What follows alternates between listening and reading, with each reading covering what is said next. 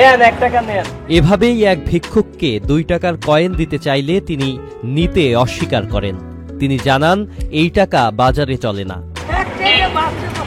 ভিক্ষুকে 1 টাকা 2 টাকা কয়েন নিতে চায় না। কেন নিতে চায় না? বলে যে 1 টাকা 2 টাকায় কোনো কিছু হয় না।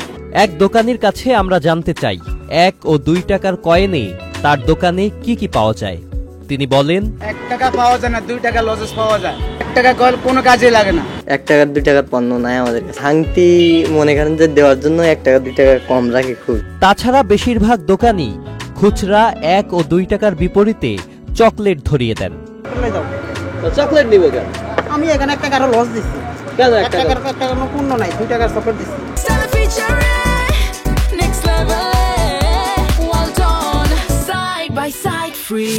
বর্তমান সময়ে ভাইয়া 1 টাকা 2 টাকায় কিছুই পাওয়া যায় না। এমনি 1 টাকা 2 টাকা কি চলে? 1 টাকার কয়েন চলে? অ্যাকচুয়ালি এই জিনিসটা তো এখনো সরকার ব্যান করে নাই। তবে বাংলাদেশ ব্যাংক জানিয়েছে 1 ও 2 টাকার ধাতব মুদ্রা সম্পূর্ণ বৈধ। এক বিজ্ঞপ্তিতে তারা বলেছে কাগজে নোটের পাশাপাশি ধাতব নোটও বৈধ মুদ্রা হিসেবে লেনদেনযোগ্য।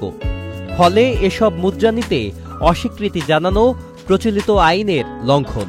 বিজ্ঞপ্তিতে আরও বলা হয়েছে দেশের কিছু এলাকায় 1 ও 2 টাকার কয়েন ব্যবহারে অনীহা দেখা গেলেও এগুলো আইনসম্মত। তাই ব্যাংক সবাইকে ধাতব নোট ও কয়েন ব্যবহারে উৎসাহিত করছে। Sajid Abdullah, channel I.